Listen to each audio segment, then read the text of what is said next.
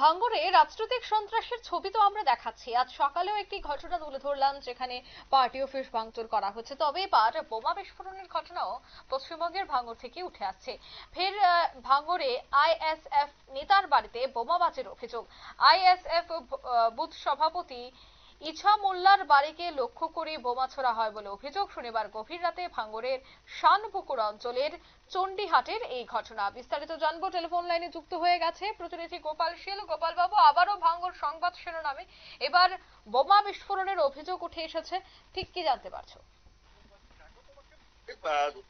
প্রতিদিনই একটি না একটি ঘটনা ঘটছে ভাঙড় এলাকায়, তোমার জানা আছে। কারণ ভাঙড়ের অবজারভার তৃণমূলের অর্থাৎ শাসক দলের শওকত মোল্লা, অন্যদিকে কিন্তু এখানের যিনি আইএসএফ এর যিনি রয়েছেন তার তোমরা জানো আইএসএফ এর এমএলএ অর্থাৎ বিধায়ক রয়েছে নওশাদ সিদ্দিকী।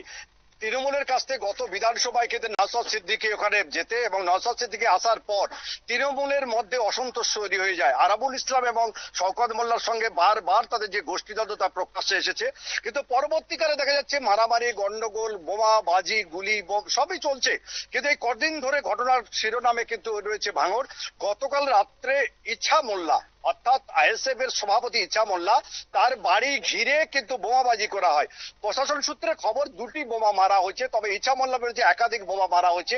কারোর কোনো ক্ষতি না হলেও কিন্তু দেখা গেছে ইছা মোল্লার যে ঘর রয়েছে বা বাড়ি রয়েছে, গোয়াল ঘর, দাবা, বিভিন্ন জায়গায় ক্ষতর সৃষ্টি হয়েছে, দেয়ালে ফাঁড় দিয়েছে। কিন্তু কারা করলো এ বিষয়ে প্রশ্ন তুলতে গেলে ইছা মোল্লা পরিষ্কারই জানিয়েছে, অর্থাৎ আইএসএফ এর পক্ষ থেকে জানানো হচ্ছে তৃণমূলের দুষ্কৃতীরা করেছে। অন্যদিকে তৃণমূল বলেছে এ বিষয়ে তাদের কিছু জানা নাই, আইএসএফ এর গোষ্ঠী কদলের জন্য তাদের বাড়িতে বোমা পড়েছে। যাই হোক না কেন, ভাঙড় কিন্তু খবরের শিরোনামে। তোমাকে একটা কথা আমি জানিয়ে রাখবো, যখন দেখা যাচ্ছে মুখ্যমন্ত্রী মমতা বন্দ্যোপাধ্যায় ভাঙড়কে শান্তি শৃঙ্খলা বজায় রাখার জন্য ভাঙড় কিন্তু কলকাতা পুলিশের আন্ডারে নিয়ে গেছে, কিন্তু শান্তি শৃঙ্খলা বজায় রাখা তো দূরের কথা, আরো পাল্টা মনে হচ্ছে গন্ডগোল, মারামারি, ঝগড়া বেড়ে গেছে। তবে বলতে পারো 2026 বিধানসভা নির্বাচনের আগে আরো উত্তপ্ত হবে ভাঙড়। একদমই, ধন্যবাদ। অর্থাৎ নির্বাচন আরো অনেকটা সময় বাকি রয়েছে, কিন্তু তার আগেই ভাঙড়ে একের পর এক সন্ত্রাস, একের পর এক রাজনৈতিক সংঘর্ষ। নিয়ে নিচ্ছি ছোট্ট একটি বিজ্ঞাপন বিরতি, সঙ্গে থাকুন।